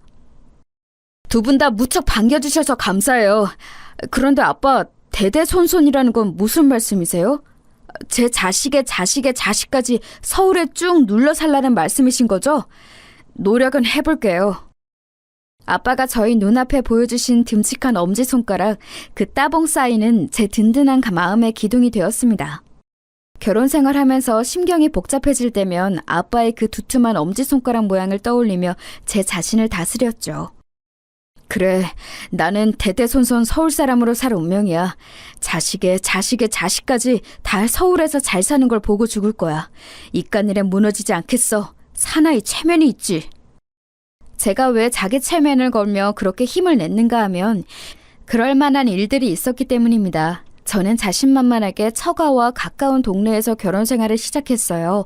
출퇴근하는 동선도 괜찮았고 아내가 집안의 장녀로서 장모님을 잘 챙겨드리고 싶어하는 성향이 강하다는 걸 제가 알았기 때문입니다. 참고로 아내의 동생인 제 처제는 취직을 부산으로 해서 거기서 살면서 결혼을 전제로 연애도 하고 있었죠. 장모님의 거침없으신 면모와 아내의 똘똘한 면모를 적당히 섞어놓은 인물이 바로 처제였답니다. 아내하고 연애를 처음 하던 시기, 처제는 아직 대학 졸업반이었는데 만나면 제가 밥도 잘 사주고 종종 커피 쿠폰도 보내주었더니 저를 무척 좋아하면서 잘 따르더군요. 그래서 저도 제 여동생 마냥 아끼는 마음을 가졌죠. 결혼 소식에도 크게 반색해 주었던 고마운 처제였습니다. 아무튼 이런 당찬 처제도 멀리 부산에 가서 살게 되었고 장인어른께서도 시골행을 미리 예고하신 바 있으셨기에 아내 생각에는 자기가 장모님을 옆에서 돌봐드려야 한다고 생각했던 것 같아요. 저는 집에서 대릴 사위도 살아도 좋다 하는 소리까지 들은 입장이었기에 흔쾌히 처가 근처에서 살기로 결정했었던 건데요. 문제는 장모님께서 초반에 저를 향해 좀 많이 날을 세우셨습니다. 제가 많이 못마땅하셨나 봐요. 아내하고 다 같이 있을 때는 별로 티를 안 내셨지만 아내가 자리를 뜨거나 하면 저를 대놓고 훑어보시면서 한숨을 푹 내쉬며 눈치를 주셨고 가끔은 굉장히 한심한 존재를 쳐다보는 듯한 그런 기묘하게 가늘어진 눈매로 저를 응시하셨습니다. 그런 좌불안석 상황쯤은 어떻게든 모르쇠로 버텨보겠는데 말씀으로 공격하시는 건 많이 힘들더라고요. 저만 보시면 시골 촌놈, 눈치 없이 활발한 민폐, 남자보다 여자가 아까운 서울 대표 부부, 이렇게 마치 사람을 놀리듯이 자꾸 말씀을 하시니까 저도 괜히 주눅이 들었다고나 할까요? 자기 싫어하는 사람을 보며 마음이 편한 사람은 없는 법이잖아요. 그렇다 보니까 저도 자연스레 은매기주거가 되었습니다. 게다가 제가 기가 안 죽을 수가 없는 사안이 하나 있었어요. 우리 지민이는 달마다 생리도 꼬박꼬박하고 생리통도 거의 없는 애고 전에 무슨 검사 받았을 때 건강해서 아이를 잘 낳을 거라고 병원에서 그랬거든. 근데 둘이서 임신이 안 되는 건 권서방 무조건 자네 문제 아니겠어? 장모님, 이틀 전에도 토시 하나 안 틀리고 지금처럼 똑같이 말씀하셨어요. 그리고 지난주에도 똑같은 말씀하셨었고요. 저도 이제 말씀하신 부분을 문제라고 인지하고 있으니 지적하시는 거 겸허히 받아들이고 있습니다. 저 나름대로 노력을 하고 있으니 좋게 봐주세요. 노력? 무슨 노력? 설마 밤마다 산책 좀 나가고 영양제 좀 챙겨 먹고 그런 걸 노력이라고 하는 건 아니겠지? 아이고, 시골 출신이면서 왜 그런 쪽으로는 생각을 못해? 약초라도 다려서 먹는 정성이 있어야 할 것 아니야.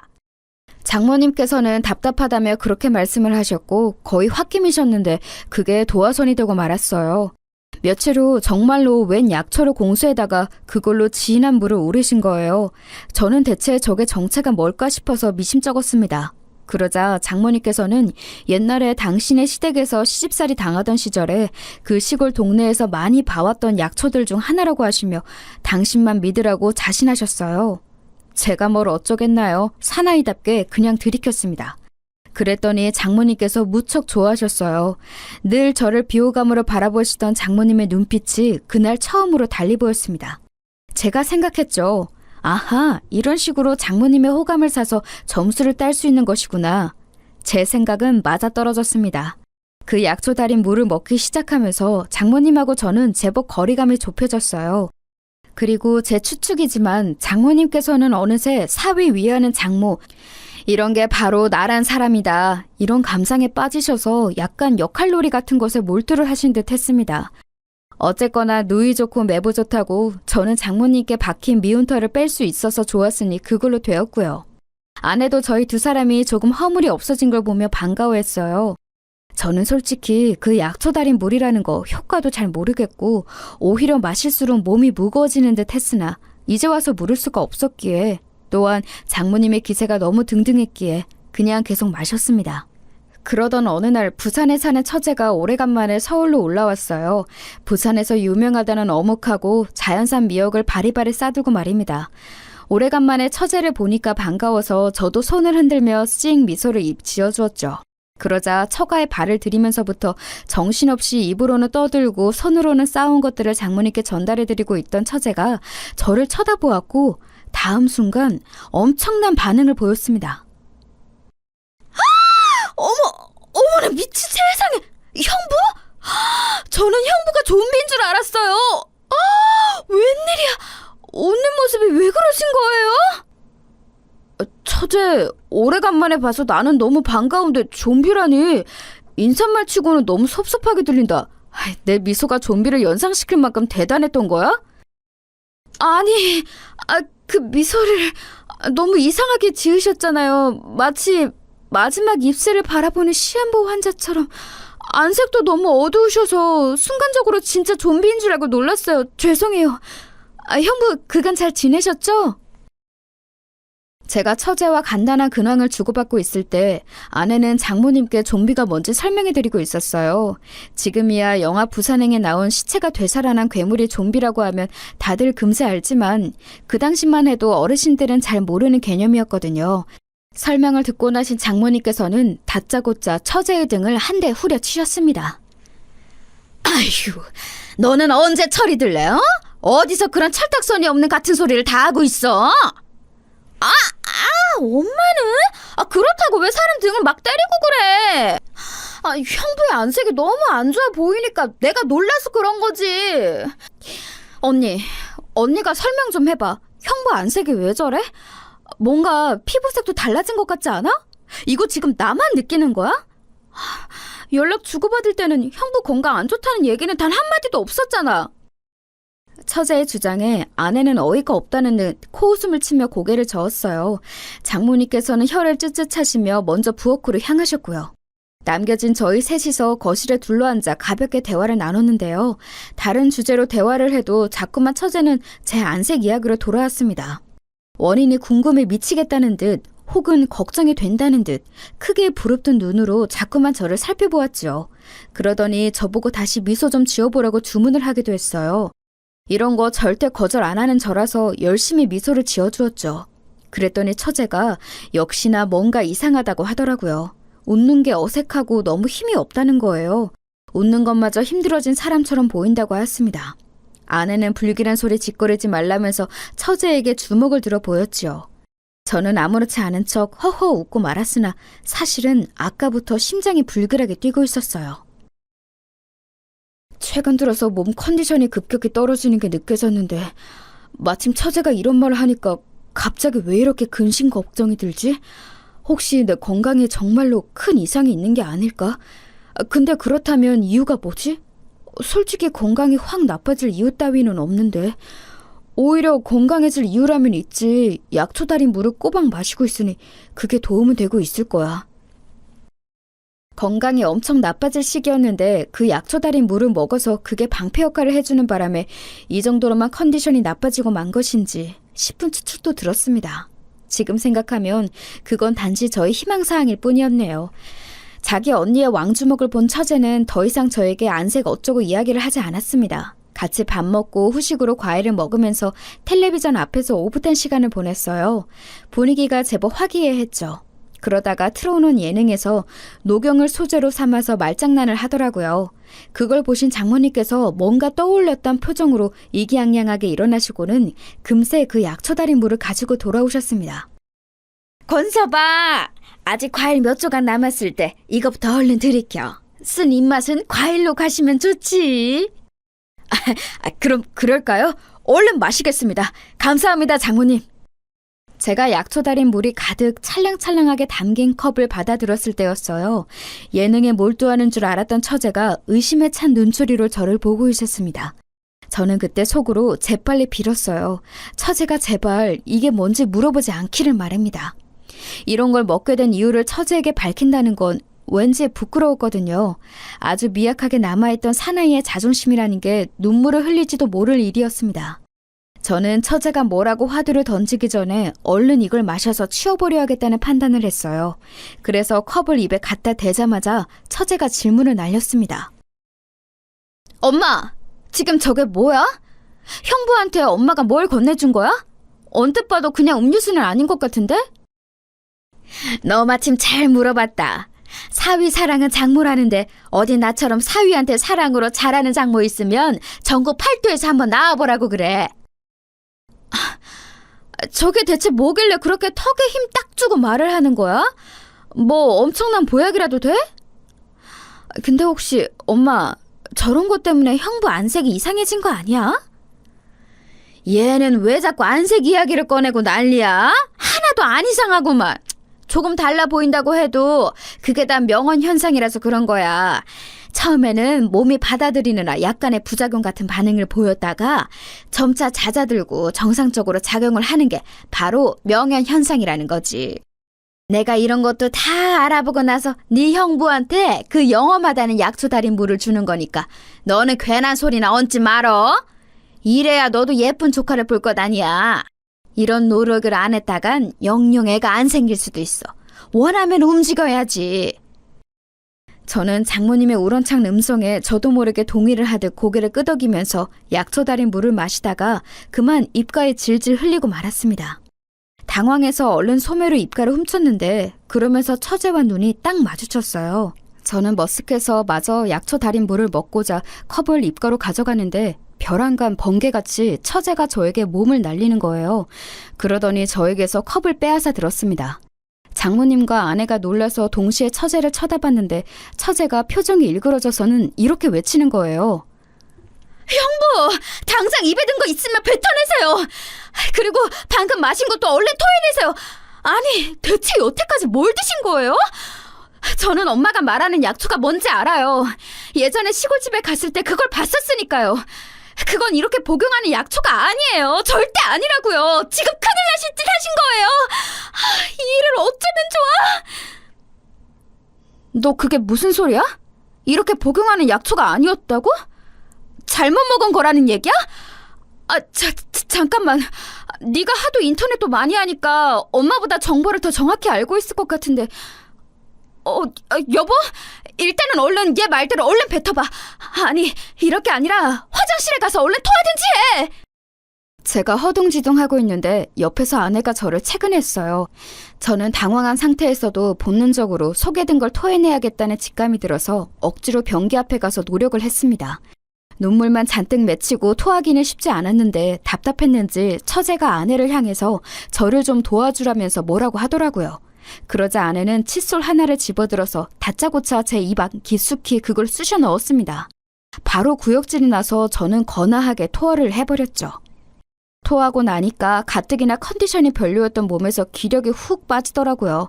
아내의 부축을 받으며 화장실을 나왔더니 장모님과 처제가 설전을 벌이고 있었습니다.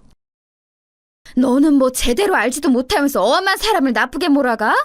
좋은 약초니까 당연히 좋게 몸에서 작용을 하는 거지. 기력이 돌아야 힘이 솟아서 애도 만들고 그러는 거야. 엄마, 왜 이렇게 답답한 소리를 해? 약초, 한약재 뭐 이런 거 맹신하는 사람을 한무당이라 그러던데 엄마가 한무당이었어? 임신 문제가 있었으면 병원의 도움을 받아야지. 정확한 진단을 받는 게 맞지. 약초 달여서 마음대로 복용하는 게 말이 돼? 너는 비타민 먹는 걸 병원 가서 물어보고 먹니? 다들 자기 몸 상태 보고서 약국 가서 사 먹지? 보약도 똑같아. 몸의 문제에 맞춰서 잘 먹기만 하면 되는 거야. 아니란 소리만 자꾸 하시네. 엄마, 녹즙 같은 것도 장기적으로 먹으면 큰일 나는 게 사람 몸이야. 야채에는 독성이 있는데 그걸 즙으로 매일 먹잖아? 그럼 몇 달 뒤에는 눈깔이 퀭해지는 게 사람이라고. 그리고 엄마, 저번에 엄마 친구분 영양 보조제인가 뭔가 하는 거 신봉하면서 엄청 드시는 바람에 호르몬 불균형 와서 병원 치료 받았잖아. 그거랑 이거랑 달라. 어디 자연에서 나는 약초를 공장에서 만든 보조제 따위하고 비교를 해? 하여간 나는 우리 권서방 생각하기로는 1등이 사람이니까 네 모함에도 나는 굴하지 않아. 엄마를 보니까 갑자기 옛날에 시골집에서 지낼 때 들었던 그 동네 일화가 생각나. 시부모가 산에서 귀한 버섯을 캐서 몸 약한 며느리에게 다려줬는데 그 며느리가 죽었대. 알고 보니까 몸에 좋다는 버섯이랑 엄청 비슷하게 생긴 독버섯이었다는 거야. 결국 시부모가 처벌은 안 받았지만 마음의 병을 얻어서 얼마 못 살고 차례대로 떠났다지. 내 생각에는 지금 엄마가 이 일화 속의 시부모 같아. 처제의 단호한 외침에 장모님께서 꼬리를 내리셨어요. 저를 데리고 병원에 가겠다는 아내를 말리지 않으시더군요. 장모님께서는 남으시고 나머지 셋이서 병원을 갔습니다. 주말이라서 하는 수 없이 대학병원의 응급실에 갔어요. 저는 가는 동안 아내에게 슬쩍 물어봤죠. 그간 약초 달인물 그거 제가 먹는 걸 순순히 동의하고 지켜봤으면서 갑자기 이렇게 쉽게 돌변하여 병원까지 저를 데려가는 이유가 궁금했거든요. 그러자 아내가 한숨을 푹 내쉰 후에 이렇게 말을 했어요. 나도 은연중에 당신 낯빛이 좀 안 좋은 것 같다고 사실 생각은 몇 번 하긴 했었는데 오늘 얘가 당신 보면서 그런 얘기를 하니까 속으로 이 생각이 딱 들더라. 나는 내 남편을 매일 봐서 그 변화를 잘 몰랐지만 오래간만에 이 얼굴을 보는 내 동생은 그 변화를 알아차린 거구나. 매일 보는 사람마다 오래간만에 보는 사람의 판단이 훨씬 정확했구나. 절대 가볍게 넘길 게 아닐 거란 예감이 불현듯 들었어. 저도 공감했습니다. 저를 오래간만에 보는 처제의 눈이 더 정확했을 듯 싶었네요. 불안과 걱정을 안고 도착한 응급실. 저의 증상을 어떻게 설명해야 할지 조금 막막했는데 똑부러지는 처제가 의료진에게 제 상황을 잘 설명해 주었어요. 그리고 저는 곧이어 아주 놀라운 광경을 보고 말았습니다. 그건 의사의 놀라운 표정이었는데요. 저를 살펴보려고 다가오자마자 제 얼굴을 정면으로 보면서 크게 경악을 하였거든요. 마치 못 볼 꼴을 보고만 사람처럼 말이에요. 의사의 반응에 아내가 두 손으로 입을 틀어막으며 불안에 떨었습니다. 지금 안색이 육안으로 봐도 너무 안 좋으신데요. 약초 달인부를 계속 드셨다고요? 의문의 약초 농축액을 드시고 나서 간 수치가 1000 넘게 올라서 급성 간염이 온 응급 환자분이 지난달에 계셨었는데 그분의 안색 못지 않으세요 지금. 뭐라고요? 제가 그 정도인가요? 몸이 너무 안 좋기는 해도 어찌어찌 일상생활을 했는데 저 혹시 죽는 건 아니겠죠? 그런데 제가 눈앞이 핑그르르 도는 것 같은데 이거 괜찮은 걸까요? 거기까지 말하고 나서 제가 서서히 의식을 잃었습니다. 실시간으로 제 눈이 까뒤피지는 게 저 스스로 느껴져서 공포스러웠어요. 아내가 내지르는 비명소리를 마지막으로 저는 세상과 완전히 의식을 단절하였고 눈을 힘겹게 떴을 때는 이미 주말이 다 지나버린 후였습니다. 응급실이 아니라 병실에 제가 있더라고요. 눈을 뜨자마자 초췌해진 모습의 아내가 보였어요. 아내가 저를 보자 울먹이면서 말을 하더군요. 여보, 정신이 좀 들어? 당신 있잖아. 간 수치가 말도 못하게 오른 상태였어.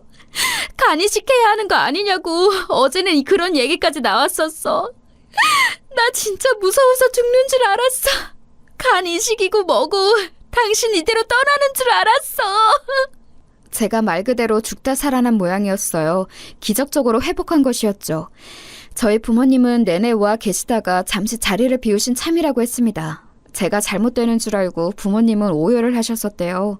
그리고 저희 형수님이 병원 근처 카페에서 장모님의 싸대기를 연속으로 때리시는 바람에 그걸 보고 깜짝 놀란 어떤 시민이 신고를 해서 병원 앞에 경찰이 왔었다는 엄청난 후문도 함께 들었네요. 세상에 듣고도 상상이 안 갔습니다. 대체 어떤 수준으로 살벌하게 사람 싸대기를 때리면 그걸 보고 놀라서 신고를 하는 사람도 있었을까요? 수더분하고 일 잘하는 분으로 형수님을 알고 있었건만 제가 전혀 모르는 일면을 가지고 계셨나 봐요. 솔직히 고백하자면 그 광경을 못 봤다는 건 조금 아쉬웠네요. 아무튼 제가 사경을 헤매는 동안 정말 많은 일이 벌어진 듯 했습니다. 저희 부모님은 깨어난 저를 보시고는 하늘에 감사기도를 올리시면서 이렇게 말씀을 하셨어요. 우리 작은 아들을 살려주셔서 정말 감사합니다. 제 배로 낳은 제 소중한 자식이 저보다 먼저 세상을 떠나는 모습을 보지 않게 해주셔서 감사합니다. 이제 이 황당한 결혼 생활을 끝마치고 새롭게 시작할 수 있도록 우리 작은 아들에게 부디 길을 열어주세요. 아멘. 서울에서 대대손손 살길 바랐던 저희 오판을 뉘우칩니다. 제 아들 녀석이 다시 저희 품으로 돌아와서 잔잔한 시골 생활을 하며 시골 처녀를 만나 그렇게 유유자적 살 수 있도록 해주시옵소서. 잠깐만요. 두 분 지금 무슨 기도를 하고 계신 거예요? 진짜로 기도해요? 아니면 저 들으라고 일부러 그러시는 거예요? 아니, 이럴 수가. 두 분 다 제 결혼을 누구보다 좋아하셨고 응원하셨고 제가 서울에 계속 살기를 바라셨잖아요. 이런 일로 갑자기 이렇게 바뀌셨다고요? 제가 정신을 잃고 있는 동안 대체 무슨 심경의 변화를 겪으신 건지는 모르겠지만 너무 죄송하게도 저는 이혼할 생각이 없어요. 저는 제 아내를 세상에서 가장 사랑한다고요. 저희 부모님의 급견에 놀란 제가 당황해서 그렇게 말씀드렸죠. 그러자 제가 아내에게 단단히 홀려서 제정신이 아니라면서 두 분 다 무척 안타까워하셨습니다. 아들 자식을 키워봐야 어차피 여자 만나면 홀라당 빠져버리니 소용이 없다는 탄식도 내뱉으셨죠. 그러거나 말거나 저는 진짜로 이혼할 생각이 없었으니까요. 저희 부모님을 달래드릴 수가 없었네요. 아내 또한 저하고 헤어지고 싶지 않아 했어요. 다만 장모님 일로 저에게 미안해서 어쩔 줄 몰라 하더라고요. 우리 엄마가 당신을 거의 죽일 뻔했는데 이런 상황에서 내가 당신하고 계속 같이 살아도 되는 건지 모르겠어. 나에게 그런 자격이 있는 걸까 싶어서 당신에게 그저 미안할 따름이야. 죽을 뻔한 당사자로서 내가 왜 화가 안 나고 왜 기가 막히지 않겠어? 당연히 엄청 화가 나고 기가 막혀서 미칠 것 같아. 그런데 이런 문제 때문에 당신하고 서먹해지거나 이혼이란 결정을 내리고 싶지는 않아. 장모님께서 나한테 이거 안 마시면 죽여버리겠다고 그러신 것도 아니었잖아. 내 의지로 그거 마셨던 거야. 책임이라면 나한테도 있으니까 당신이 너무 그렇게 자책하면서 힘들어할 것도 없어.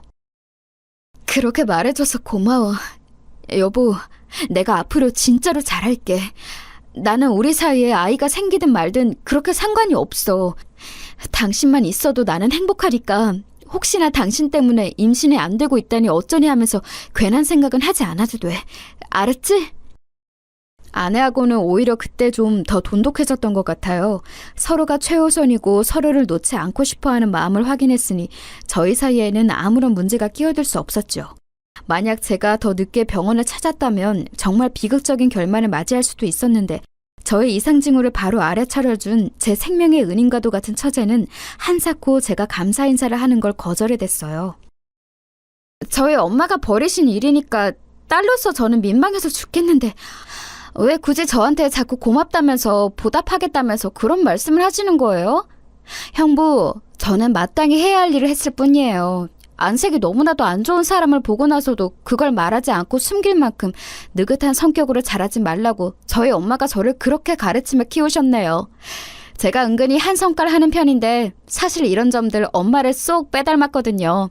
비록 저희 엄마가 형부한테 큰 실수를 범하셨지만 제가 형부의 건강 이상을 바로 알아차리고 나서 열심히 표현했던 것도 저희 엄마에게서 받고 배운 성격이기도 하니까 저희 엄마를 너무 그렇게 마냥 원망만 하시진 않으셨으면 좋겠어요.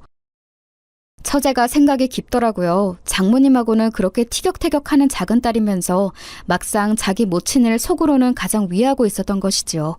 제가 피식 웃으면서 고개를 연신 끄덕였더니 처제는 저에게 원래의 미소가 돌아왔다고 하면서 장모님께서는 제 형수님께 불시에 싸대기 습격을 받으신 것으로 이미 일부 대가를 치르셨으니 그걸로 참작 좀 해달라고 농담 섞인 부탁을 남겼습니다. 장모님께서 혹시 저에게 뻔뻔한 철판을 깔고 저를 대하시면 어떡하나 이런 걱정을 사실 잠깐 했었는데요. 권서방, 내가 정말 미안하네. 잘 알지도 못하면서 오만 아는 척은 다 해가면서 권서방을 사지로 몰아넣어버렸어. 내가 이 잘못을 어떻게 만회해야 할지. 장모님께서는 전해본 적 없는 씁쓸하고 차연한 기색으로 저에게 사과를 하셨습니다. 사람 마음이라는 게 정말 희한하더라고요. 그 사과를 받자마자 저는 어느새 우리 형수님이 싸대기 때린 걸 내가 어떻게 사과드리지? 이런 생각부터 저는 들었습니다. 왜냐하면 장모님의 왼쪽 뺨에 아직까지도 맞은 흔적이 남아있기도 했고요. 가는 게 있으면 오는 게 있어야 할 것 같았거든요. 그래서 저는 잠시 머리를 싸매다 장모님께 꾸벅 목례부터 들었지요. 저야말로 저희 형수님께서 순간적인 화를 참지 못하고 장모님께 실수를 저지르는 바람에 그렇게 되어서 정말 죄송하고 난처한 기분입니다. 맞으시고도 사과를 못 받으신 걸로 알고 있는데요. 아이고 됐어. 소뚜껑만한 손이 바람을 가르고 휙휙 날아왔을 때는 눈앞에 별이 보여서 뭐 이런 망할 년이 다 있나, 이 시골 년은 위아래도 모르고 사나, 솔직히 이런 생각만 들었었는데 내가 잘못한 것이니 맞는 걸 억울해서는 안 되겠더만. 네? 실례지만 지금 장모님 입에서 나오신 말씀이 맞죠? 이틀 전에 맞으셨다는 게 아직도 자국이 보일 정도인데 이걸 당하고도 장모님께서 사과를 안 받으시겠다는 건가요? 저는 제가 살아난 줄 알았는데 그게 아니라 이미 죽어서 저승에 온 것이었군요. 이제 명쾌해졌습니다. 권서방, 지금 나를 매기는 거야? 아니 나는 뭐 이런 것에 한 번쯤 굴하고 살면 안 되나? 내가 거침없고 때로는 무식한 무대포이기는 해도 기본적인 양심 한 주기는 있는 사람이야. 이거 왜 이래? 장모님, 혹시 장모님 저희 형수님으로부터 무슨 말씀을 듣고 이러시는 건 아니죠? 저희 형수님이 뭐라고 하시던가요? 아휴, 이런 건 왜 눈치가 빨리 돌아간다. 그래, 내가 한마디 듣기는 했어. 약초 달인 물을 위험하게 실이 함부로 먹인 것은 실수라고 넘길 수 있지만 애가 빨리 안 생긴다고 타박하고 면박 주면서 약초 달인 물을 먹게 한 것, 거기까지 온 과정은 실수가 아니라 잘못이라고 나에게 그런 소리를 하더만. 그 소리를 듣고 장모님께서는 생각이 많아지신 모양이었습니다. 착잡하고 회한이 깊어 보이는 장모님의 표정에 저는 마음속에 남아있던 작은 원망을 마저 털어보냈어요. 이미 장모님께서는 실수와 잘못 모두를 인정하셨음을 그 순간 제가 알았기 때문이었죠. 그래서 저는 장모님께 다 됐으니까 잘 지내보자는 의미로 환한 미소를 지어드렸습니다. 그랬더니 장모님께서는 이내 살짝 눈물이 고이신 눈으로 저를 바라보시며 고개를 끄덕이셨죠. 이런 말씀도 슬쩍 중얼거리셨고요. 우리 딸들이 권서방 자네의 미소가 돌아왔다고 하길래 저게 웬 소리인가 했더만 확실히 그 약초 달인 물을 마시기 전에 미소로 돌아왔네. 그거 먹고서 안색이 확 가버린 게 맞는 거였다니. 새삼 이렇게 확인 사살을 다 받는구만. 아휴, 내가 뭔 놈의 짓을 저지른 것인지. 혼잣말인지 그냥 하시는 말씀인지 모를 내용을 듣고 난 저는 가만히 양손 엄지를 들어 보여드렸어요. 쌍따봉이었죠. 그러자 장모님께서도 어색하게 머뭇거리시며 양손 엄지를 저에게 들어 보여주시는 것으로 이 사건은 완전히 일단락되었습니다. 저는 최고의 마무리였다고 생각을 했기에 제가 건강 회복만 하면 이제 문제없이 행복하게 다 잘 지낼 줄로만 알았어요. 그런데 제가 퇴원을 하고 일상으로 돌아온 지 딱 보름 만에 장모님께서는 시골행을 선언하셨습니다. 장인어른께서 계시는 곳으로 가서 같이 지내겠다고 하셨어요. 그런 걸 쉽사리 두고 볼 제 아내가 아닌 것 같아서 이게 어찌된 일이냐는 눈빛을 쏘았지만 아내는 고개만 저을 뿐이었어요. 장모님께서 온전히 내리신 결정이라는 의미였죠. 제 사건 때문에 떠나시는 것 같아서 마음이 편치 않았습니다. 그 꽉 막히고 답답한 인간이 내 욕을 하고 나를 비웃으며 약초에 달이는 나인데 도시 여편녀가 왜 설쳐서 그런 꼴을 보았나 이렇게 떠들어대던데 그 꼬라지 없애버리고 싶어서라도 내가 거기로 가봐야지. 하지만 장모님, 시골 생활은 질색이라고 하셨잖아요. 사람은 서울에 살아야 한다고 하셨잖아요. 그런데 거기에 내려가서 지내실 수 있으시겠어요? 여기에서 먼 건 당연하고 부산하고도 멀어서 외로우실 텐데요. 그까지 시골이 뭐라고 나를 외롭게 만들겠어? 설마 죽게 하지는 않을 테니 권서방은 우리 지민이나 잘 챙기면서 지내. 소식 좀 자주 전해주고. 그렇게 장모님께서는 영원히 서울 바닥에만 붙어 사실 것 같았건만 시골로 떠나버리셨습니다. 우선은 간단한 짐부터 가지고 가셨죠. 겨울이 되기 전에 올라오셔서 다른 짐도 챙겨가실 것이고 해가 바뀌며 서울집을 서서히 어떻게든 정리하는 쪽으로 생각을 해보실 작정이라고 하셨습니다. 장모님의 엄청난 결단에 저희 가족도 놀랐어요. 저희 부모님, 형주님 말이에요. 아직 분들이 안 풀리셨는지 장모님을 향한 앙금을 속에 담고들 계셨는데 장모님께서 그런 결정을 내리시자 좀 낫다는 반응들을 보여왔습니다. 특히 몇 주가 지난 뒤 형수님께서는 아주 밝은 목소리로 소감을 밝히셨죠. 역시 그분이 문제였던 건가 봐요. 스트레스의 주범이 사라지니까 두 사람이 보란듯이 바로 아이가 생긴 것만 봐도 아주 명확하네요. 너무 잘 됐어요. 너무 축하해요. 글쎄요. 장모님께서 시골로 가버리신 것과 직접적인 연관이 있는지는 모르겠지만 아무튼 형수님 항상 감사합니다. 저희 부모님을 곁에서 잘 챙겨주시는 것 제가 늘 마음에 두고 있어요. 공교롭게도 저희 부부가 금세 임신이 된 것이었는데요. 그걸 두고 형수님께서는 장모님이 사라지셨기 때문에 그런 것이라고 주장하셨습니다. 저는 늘 형수님을 존경하고 충성하는 심정이 있었기에 구태여 반박은 안 해드렸네요. 제가 가장 충성을 다하는 제 아내가 임신한 뒤로 제가 정말 바쁘게 살았던 것 같아요. 그 이전보다 2배로 정신없이 지냈네요. 다시 출퇴근한 직장을 잡은 지 오래였지만 퇴근하면 피곤한 것도 있고 아내부터 챙기며 살았습니다. 장모님께서는 어떻게 되셨냐고요? 호언장담을 하셨던 것과는 달리 다시 서울로 돌아오셨어요. 시골 생활 안 맞고 장인어른하고는 더 안 맞다는 신호는 통화할 때마다 저와 아내에게 번갈아서 자꾸 드러내셨는데요. 그걸 어떻게 계속 모른 척 하겠어요. 다시 오시고 싶으면 오시라 그랬지요. 그랬더니 자존심에 바로 그러지는 못하시더라고요. 그러다가 저희 아이들 때문에 핑곗거리 제대로 잡으시고는 다시 올라오셨던 겁니다. 아이들이라고 하는 이유는 저희 첫째와 둘째가 쌍둥이라서 그래요. 그것도 남자 쌍둥이요. 저는 당연히 한창 일을 할 때였고 아내는 쌍둥이를 품고 사느라 임신기간 내내 고군분투했기에 사회생활에 대한 열망이 차곡차곡 쌓여있었기 때문에 출산과 동시에 바로 일을 하고 싶어 했을 정도였어요. 저희 부부 사정이 이런데 어떻게 둘이 아이들만 보면서 지낼 수 있었겠나요? 절대 불가능한 일이었죠. 그렇다면 아이들을 어디에 맡겨야 했는데 네, 바로 장모님이셨던 거예요. 내가 우리 딸들 가슴 찢어질까봐 굳이 말은 안 하고 살았지만 나는 항상 아들이 가지고 싶었어. 아들 낳아서 키워보는 게 옛날 내 소원이었지. 앞뒤 꽉 막힌 시골 촌사람들을 시댁으로 두는 바람에 그놈의 딸 말고 아들을 낳아야 한다는 염불을 어찌나 많이 들었었는지 지금 생각해도 우라통이 터지는구만. 아무튼 내가 그 수건을 우리 손자들 보게 될 것으로 풀게 되네. 야, 인생이 이렇게 흘러가는구나. 애들 보게 되셔서 좋으시다는 말씀이시죠? 감사합니다, 장모님. 앞으로 잘 부탁드리겠습니다. 오라질 놈의 시골 생활 저버리고 올 수 있어서 나야말로 아주 고마운 상황이지.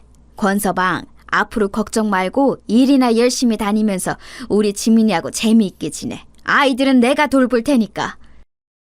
천군만마를 얻은 것 같았네요. 그렇게 든든해 보일 수가 없었습니다. 덕분에 저희 부부는 열심히 경제생활을 할 수 있었어요. 그런데 날이 갈수록 장모님께서는 안색이 퀭해지셔서 저희를 난감하게 만드셨습니다. 애들 보는 게 보통 일이 아니셨던 듯해요. 하나도 아니고 둘이었으니까요. 그러나 장모님께서는 자존심 때문인지 한사코 무조건 괜찮다며 버틸 수 있다며 그렇게 구셨습니다. 아이들이 나란히 돌잔치를 했을 때 모두가 웃고 있던 그 자리에서 장모님께서만 혼자 우셨어요. 감개무량하셔서 그러시는 건 줄로만 모두가 그렇게 알고 감동했었는데 제가 어쩌다 보니 장모님의 혼잣말 아닌 혼잣말을 엿들어 버렸습니다. 죽어랍시고 매일 전쟁을 치르면서 육아를 했는데 이제야 겨우 돌이구나. 대체 언제나 되어야 애들이 혼자 밥 먹고 혼자 화장실이라도 갈까? 아이고 내 팔자야 미쳐버리겠네. 그 이후로 장모님을 잘 못 쳐다보겠더라고요. 아내하고 상의를 해서 장모님의 육아 부담을 얼른 줄여드리게 되었죠. 그런데 얼마 뒤에 또 아내가 임신을 하는 바람에 상황이라는 게 태어난 셋째도 장모님께서 봐주시는 걸로 되어버렸습니다. 너무 감사하고 너무 죄송했네요. 지금은 애들이 다 컸어요. 자기 외할머니를 너무너무 좋아하는 애들로 자랐죠. 아, 참고로 장모님께서는 결국 장인어른하고 이혼을 하셨고요. 당신께서는 극구 부인을 하시지만 저희 부부의 추측으로는 몰래 연애를 하시는 분도 현재 계시답니다. 이래나 저래나 어떻게든 굴러가며 잘 사는 가족들이에요.